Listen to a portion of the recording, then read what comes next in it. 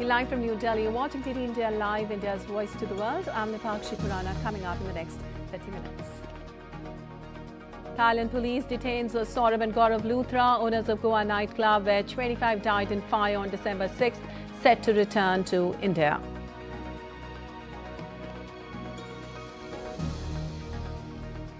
India condemns airstrikes in Afghanistan, calls for protection of civilians and respect for UN Charter.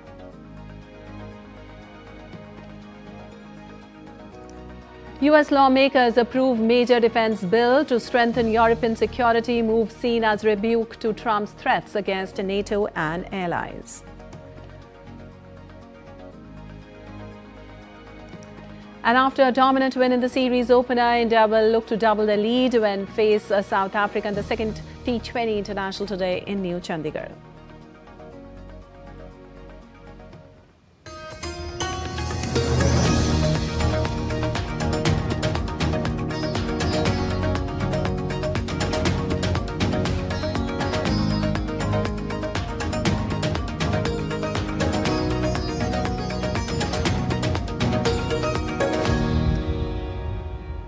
Well, on to the details now. In a major update in Goa Nightclub fire case, the co-owners of nightclub, where 25 people were killed in a fire on December 6th, have been detained in Thailand's Phuket days after a lookout circular and an Interpol Blue Corner notice was issued against them. Reliable sources have confirmed that Gaurav and Saurabh Luthra have been detained by Thai police. Thai government has informed Indian Embassy in Thailand. The process to secure their return has reportedly been initiated. Their passports are also under the process of suspension but not suspended yet. The duo had left the country barely hours after tragedy struck their Birch by Romeo Lane nightclub in North Goa. Early morning raids carried out in coordination with local police led to their detention. And for more, we have Akshay Dongre joining us on this. Well, Akshay, the Luthra's lawyer claimed that they're merely licensees and not the owners, and that their trip to Thailand was a pre-planned thing for their business. However, investigators say that tickets were booked within an hour of the fire starting. What is coming out of all this contradiction in the case? Well, obviously, it's the lawyer's job to defend the person that they are representing in the court, and they are bound to make such statements in order to prevent any sort of, legal punishment to their clients. However, if there is a fire in your business, it's a question, general question open to all. If there is a fire if your business catches fire, if your house catches fire, your property, will you still make a foreign trip? We are talking about people losing their lives, who were rather your customers. Right. So that is a claim that is going to fall flat in the court and on the first go, because pre-planned or not, the Luthras had a responsibility towards not only the people who lost their relatives to owe an explanation, but to also the authorities who were fighting the fire in their nightclub, especially given the fact that not enough arrangements were there, not enough safety measures were there. Fire hazard situation was.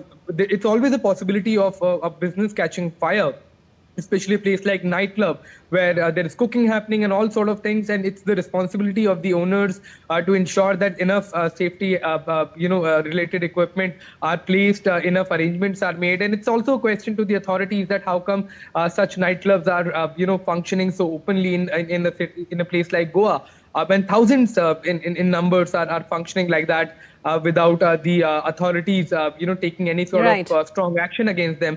So it's a situation quite tragic, and Luthras quite shamelessly left the country. That's a fact, and the authorities are working round the clock not only to bring the accused to bring them to their punishment, but also to bring them to their country, which they fled immediately after the fire started, and the firefighting was still fighting the blaze.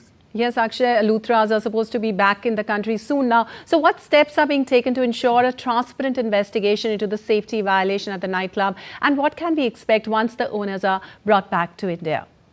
Well, let's get to your second question first. Firstly, India and Thailand have an extradition treaty from 2015, so it was bound to happen. Initially, there was a request made from the Goan administration, the Goan government, to cancel the passport of the Luthras that was received by the Thai authorities. However, the passports have yet, as of now, not been cancelled, not been suspended. But the authorities have claimed that the Luthra brothers, will be brought back to India within the next 24 hours. And the officials are already there in Thailand. Right. So we can rest assured as far as the action is concerned, that will be taken. However, the question about fire safety and all sort of regulations, that's a very broad question, and it actually implies to not only businesses in Goa but all over the country. There has to be a realization, irrespective of the political party, a realization in the administrations to implement the rules that have been laid out by the governments, to ensure that the businesses are making sure that these kind of laws are implemented, because it is only the lives of people from the country and also the foreign guests who arrive in the country that is at stake if these kind of regulations are not followed and overlooked. Back to you, Lipakshi. Absolutely. Thank you so much, Akshay, for all those details. And moving on to another major story today, the Civil Aviation Ministry continues to closely oversee the operations through the ministry's control room, even as Indigo operations across the country have stabilized. Civil Aviation Minister Ram Mohan Naidu is maintaining a regular vigil for real-time resolution of passenger grievances. In a social media post, the minister informed that the control room team is making all efforts to further enhance the response time for prompt and effective redressal of passenger concerns. Now, passengers facing any issue may seek assistance by tagging official Twitter account of Ministry of Civil Aviation, that is at @mocha_GOL on X, contacting the ministry's control room at 011 2460 283 and 011 2463 2987, or by registering their grievance on the Air Seva app or the web portal.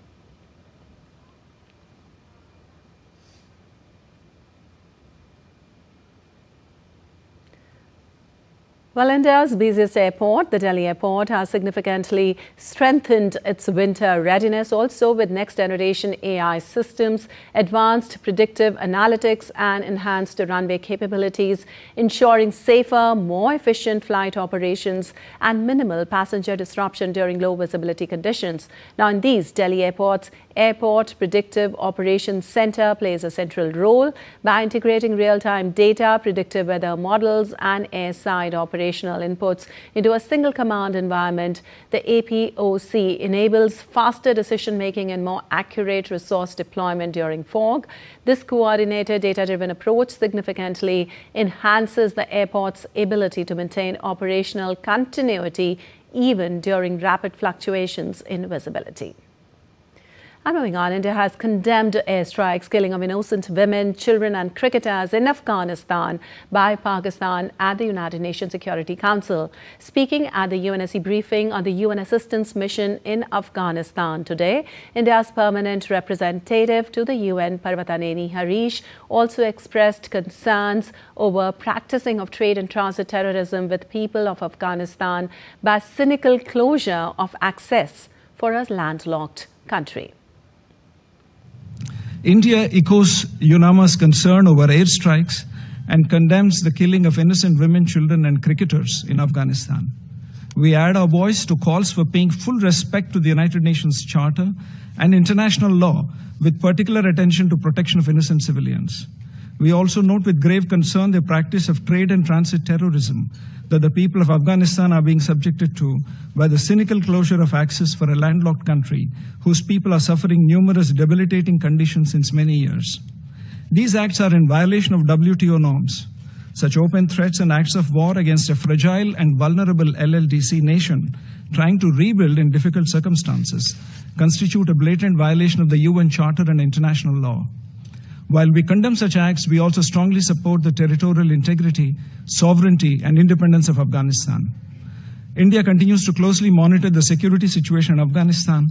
The international community must coordinate efforts towards ensuring that entities and individuals designated by the UN Security Council, the ISIL and Al-Qaeda and their affiliates, including the Lashkar-e-Taiba and the Jaish-e-Mohammed, and proxies of the LET, such as the Resistance Front, along with those who facilitate their operations, are no longer indulge in cross-border terrorism.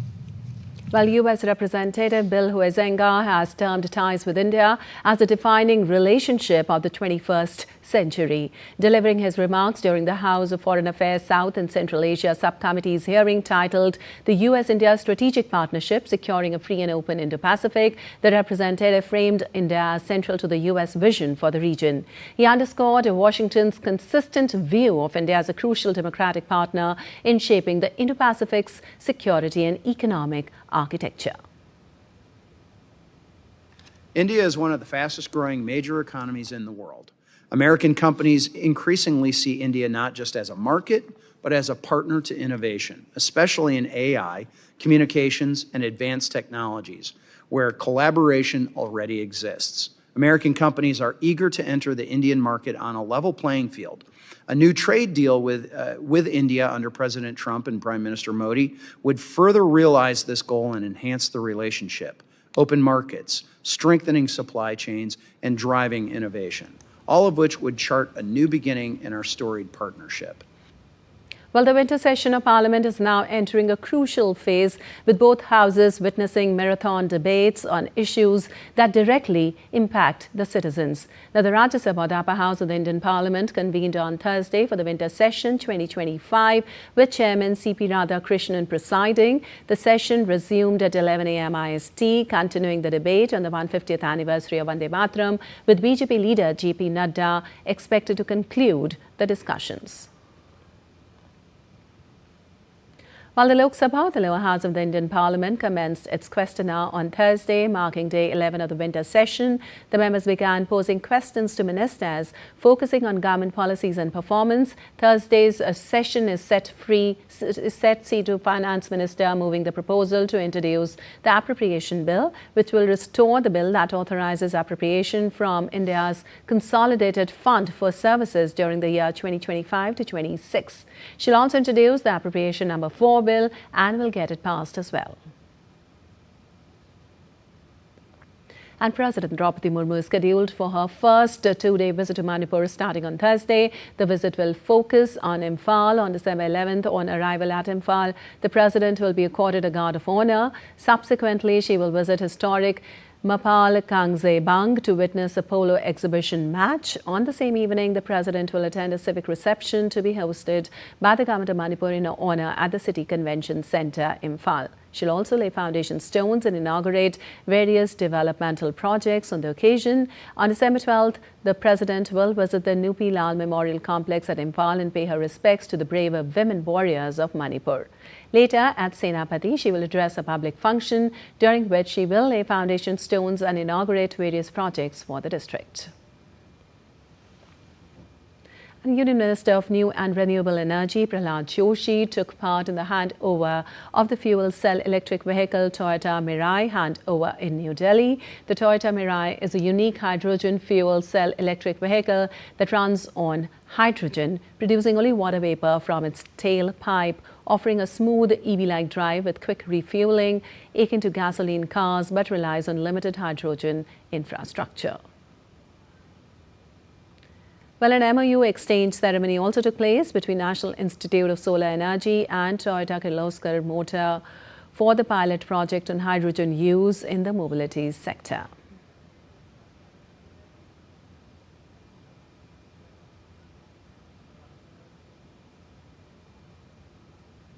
And in a swift response to the devastating floods that struck Sri Lanka, the Indian Army under Operation Sagar Bandhu is providing humanitarian assistance. Lieutenant Colonel Jagneet Gill, contingent commander of the Indian Army team deployed under Operation Sagar Bandhu in Sri Lanka, underscores the collaborative nature of the mission and the shared commitment of both nations to effective humanitarian assistance and disaster response preparedness. He highlighted Indian Army contingent's effort in providing medical assistance to the affected citizens. When the new age technology that we had employed this time was that we had surveillance drones, which were very, very important to find the layouts of the hospital. It really helped us to establish it much faster. The other was the HVAC tents, which were deployed to create OT in a minimum time And also, since the layout of the hospital required us that the labs and the facilities for blood collection were far apart, so we could actually use the logistic drones to carry out lab samples and blood samples to the labs, and we could actually enhance our speed and we could get results much faster. And still to come in this edition of DD India Live. Ukrainian President Zelensky explores the possibility of holding an election while urging other countries not to pressurize Ukraine. Trump administration unveils $1 million Trump Gold Card visa program offering fast-track U.S. residency.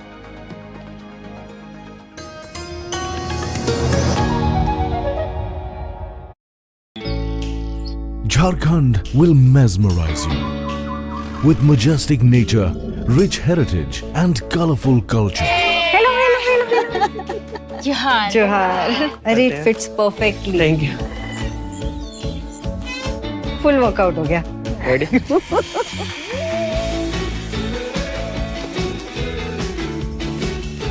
Postcards from Jharkhand on National Geographic.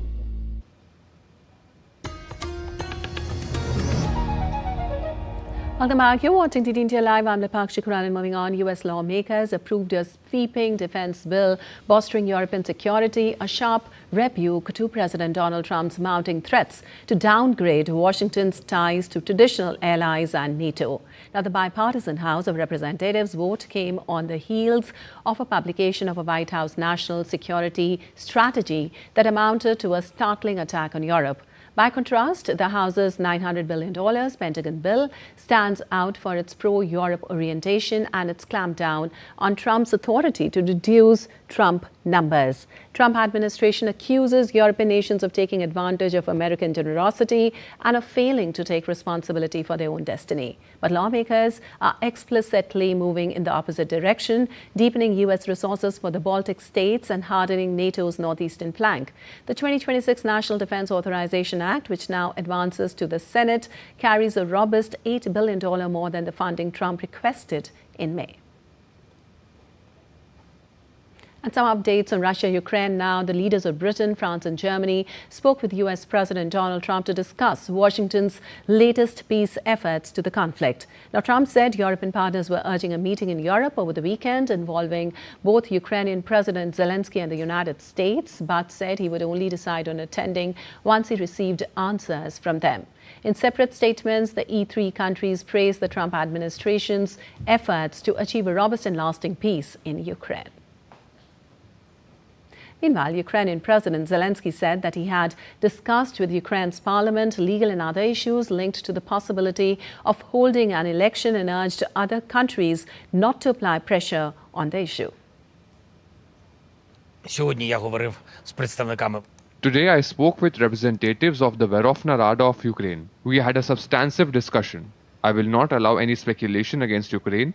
If partners, including our key partner in Washington, speak so much and so specifically about elections in Ukraine, about elections under martial law, then we must provide legal Ukrainian answers to every question and every doubt. It is not easy, but pressure on this issue is definitely not what we need. Well, the United States has seized an oil tanker off the coast of Venezuela. President Donald Trump informed this, ratcheting up tensions with Caracas in a move that also raised the oil prices. Now, a video was published by U.S. Attorney General Pam Bondi. She said that the tanker was part of an illicit oil shipping network used to carry sanctioned oil from Venezuela and Iran. It is the first known action against an oil tanker since Trump ordered a massive U.S. military buildup in the region and carried out strikes against suspected drug vessels, operations that have raised concerns among Democratic lawmakers and legal experts. Now, the U.S. has imposed sanctions on the tanker for what Washington said was involvement in Iranian oil trading when it was called the Adisa. Meanwhile, Venezuela's foreign ministry strongly denounced and condemned the accusation, saying what constitutes blatant theft and an act of international piracy publicly announced by the President of the United States. And a federal judge in California on Wednesday ordered an end to Donald Trump's deployment of National Guard troops to Los Angeles and directed that they be returned to the control of the state's Democratic governor. The ruling by San Francisco-based U.S. district judge represented the latest legal setback for Trump and his efforts to deploy National Guard troops to Democratic-controlled cities. The judge found Trump overstepped his authority by taking control of California National Guard units and sending them to Los Angeles and elsewhere in response to protest against federal immigration authorities. Judge said there was no evidence to support the administration's claim that the protests were a rebellion against the government that legally justified sending in troops. Judge also rejected the administration's claim that our courts have no power to review a president's decision to take control of the state National Guard units during an emergency, saying this was an overly expansive view of presidential authority. And President Donald Trump has launched a scheme offering fast-tracked U.S. visas to wealthy foreigners who can pay at least $1 million. Now, in a social media post, Trump said the card will give buyers a direct path to citizenship for all qualified and vetted people. He added that the move will enable American companies to finally keep their invaluable talent. It comes as Washington intensifies its immigration crackdown, including raising work visa fees and deporting undocumented migrants. And the U.S. Federal Reserve has lowered interest rates for the third time this year. The central bank said it was lowering the target for its key lending rate by 0.25 percentage points, putting it in a range of 3.50% to 3.75%, its lowest level in 3 years. The Fed's economic projections released on Wednesday suggest one rate cut will take place next year. All the new data could change this. Fed Chair Jerome Powell said, having reduced our policy rate by 75 basis points since September and 175 basis points since last September, the Fed funds rate is now within a broad range of estimates of its neutral value, and we are well positioned to wait to see how the economy evolves. Well, the Asian Development Bank has once again downgraded Bangladesh's economic outlook, cutting its growth forecast for financial year 2025 to 26 to 4.7%, down from 5% projected in September and 5.1% in April, marking the country's third downward revision this year. Now, the exports, traditionally a key engine of Bangladesh's economy, grew only by 0.62% in the July to November period of financial year 26, a dramatic slowdown from 11.76% a year earlier. Now, the slump has been aggravated not only by subdued global demand, but also by severe supply disruptions following a major strike at Chattogram port in October, which handles over 90% of the country's trade.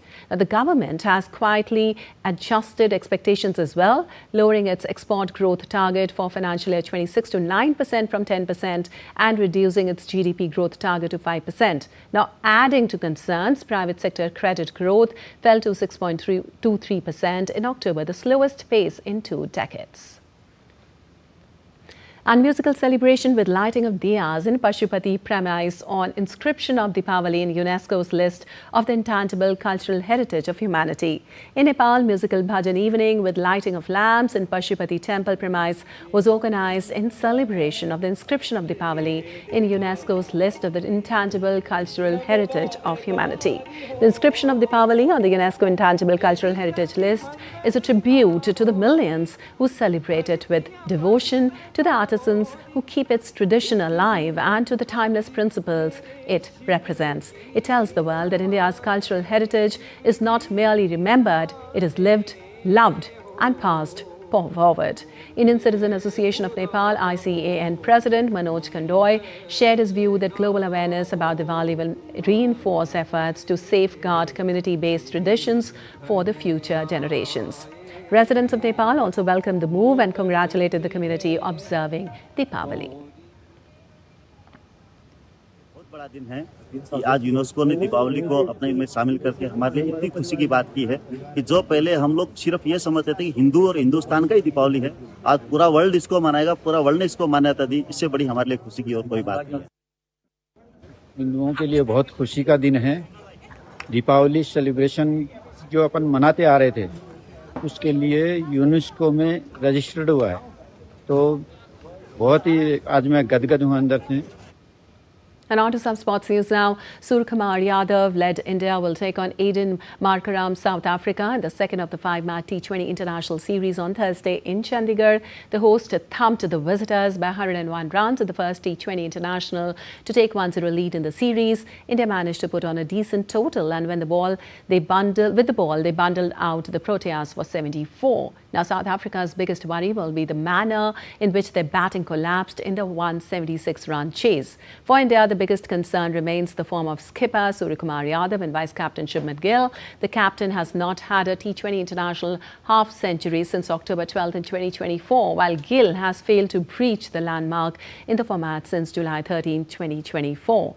The skipper and his deputy will have to set the record straight before India begins their T20 World Cup title defence. And Kolkata is preparing for a grand celebration as the city readies to welcome Argentina football superstar Lionel Messi on the 13th of December. A 70-foot iron statue of football icon Lionel Messi, claimed as the biggest ever made of the Argentine superstar, was also unveiled at Lake Town in South Dum-Dum, Kolkata. The statue shows Messi holding the FIFA World Cup trophy, and final surface work is currently underway. Messi is slated to inaugurate the statue virtually on December 13th. And Germany's capital, Berlin, has turned into Hawkins this holiday season, with a 100-meter queue forming daily outside the special Stranger Things Christmas market. Open until December 30th, the pop-up let fans wander through the show's eerie world. Let's take a look.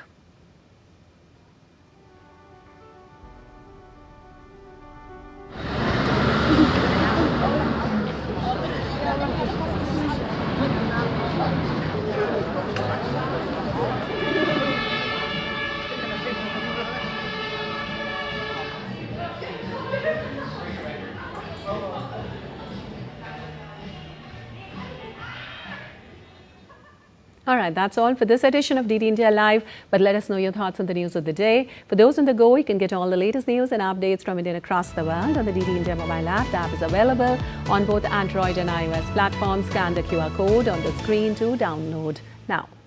We'll be back with more news as it breaks here on DD India. I'm Lipakshi Khurana from all of us here in Delhi. Thanks for watching DD India Live.